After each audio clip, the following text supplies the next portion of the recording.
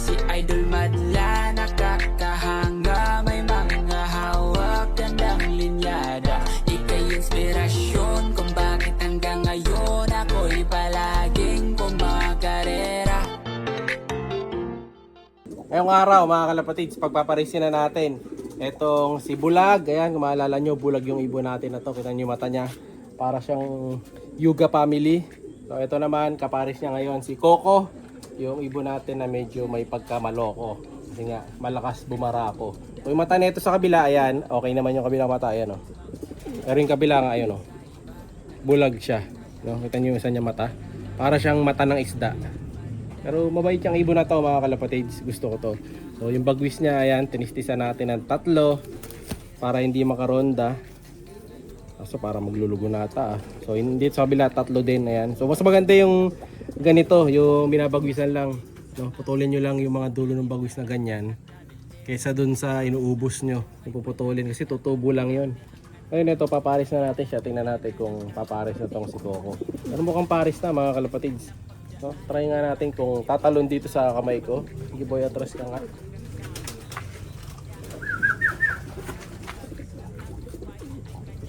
Try natin.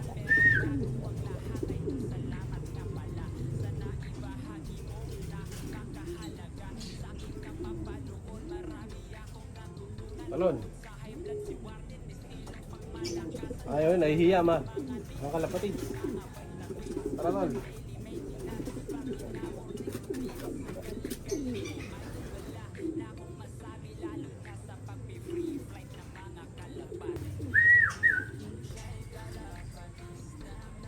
Talon boy.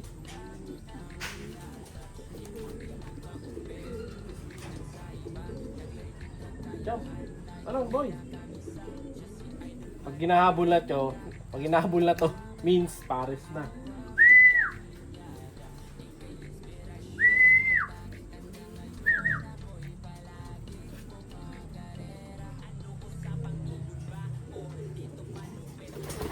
Yun no? Ayan mga kalapatids, pares na sila. Kasi sinusundan na niya eh.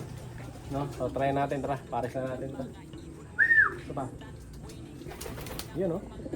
Diba? So pwede na talaga ano to, ang laban sa street fight. So effective tong si Bulag. Dati hindi naman niya ginagawa doon sa checkered to eh. Ayan o, mukhang i-score na niya agad to pag pasok natin doon sa kabila. Oh, saan pupunta boy? Uwi na siya mga kalapatid. So try na natin ngayon pagsamahin na. Ang ganda na itong si Bulag mga kalapatid. So pag nakatagilid siya, okay siya. Pag gumarap dito, yan, reject. Makita niyo naman yung mata niya, oh. Kakaiba yung mata niya, di ba? So nandito pa naman yung mata niya, kaya lang yung mata niya namuti. So di ko lang kung bakit gano'n. So Taiwan to, ayan oh, ito yung ring niya.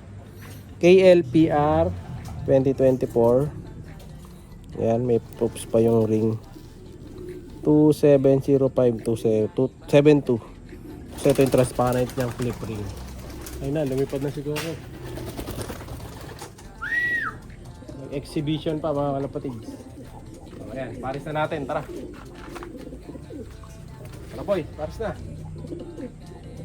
Hindi ko mababato dito sa baba mga kalapatid, kasi pag binaba ako, baka lumipad eh. Kaya pa naman ito lumipad eh. Ayan siya, nagagalit mga kalapatid ko.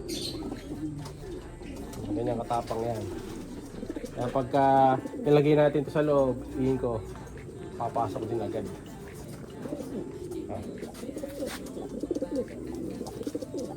Tara boy, tara. Ganyan oh, ayaw magpasampa sa kulungan, no? Ayan, parisa mo na. Lakas pumara ako mga kalapatids, diba? So magiging kulay nito dapat pure blue bar. Pag may nalusot na ibang kulay, malamang nag-throwback. Ayan, tinutukanan nyo. Pero dati ang kaparis kasi nito mga kalapatids, batik. Kaya lang, may naging anak sila noon. Nasa likod yata yung anak nila noon mga kalapatids. Update ko kayo kung nandun nga talaga. Or baka napa-ending na natin. Ayan, kasi ang daming tumataya sa ending natin. Alam nyo na yun, 160 per slot. Every Saturday ang laban. Kaya pa hinihintay nyo, PM na. So natatakot lang ako mga kalapatid, kasi baka mamaya tukain ni Coco mga kalapatids. No, baka tukain niya itong parte na bulag yung matuka niya.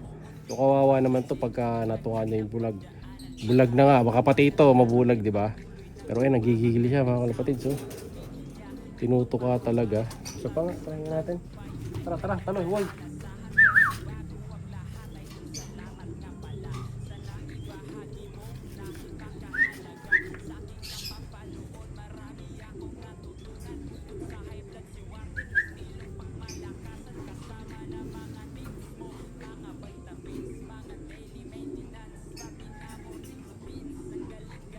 Lumapit ka. Ayan, tara, pares na natin mga kalapatids. Pasok ko na. Ayan, unahin natin tong isa. Tingnan natin ngayon kung susunod siya.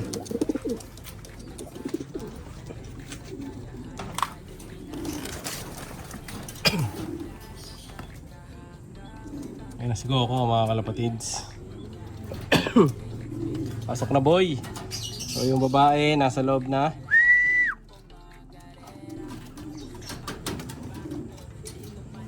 Yun oh.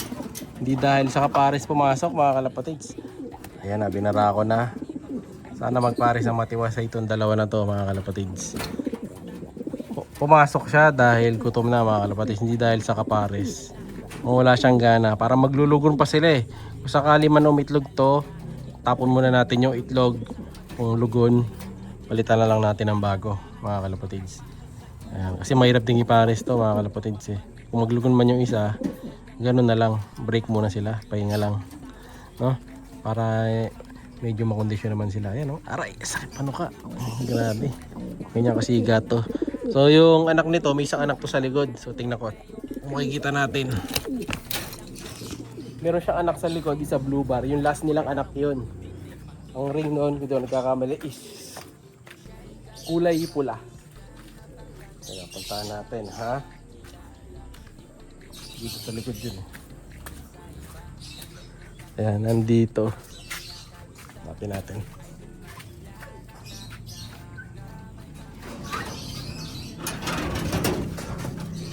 Blue bar. Ito yata mga kalapatids. Ayan, mukhang ito yung anak niya. Ayan o, blue bar eh. Check natin, baka may ibang blue bar pa. Hala, ito blue bar. Blue bar ka ba? Ito yata eh. Parang ito yata mga kalapatids. Hindi ko sure kung yan o ito. Pero yung latest kasi na ibon dyan, ito yung mga blue. Tama ba? Yung blue ba? Mixing na pala ng kulay, nag-abot na.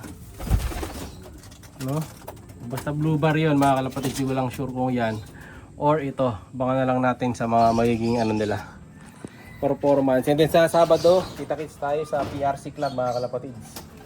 Sabay-sabay tayo magsakay para sa first club training, Concepcion Tarlac. Sana tumagos yung 9 ng mga warriors natin. So yun muna para sa araw na ito mga kalapatids. Like, share, subscribe. Ingat! Siya'y kalapatistang napakagaling na kinakilala.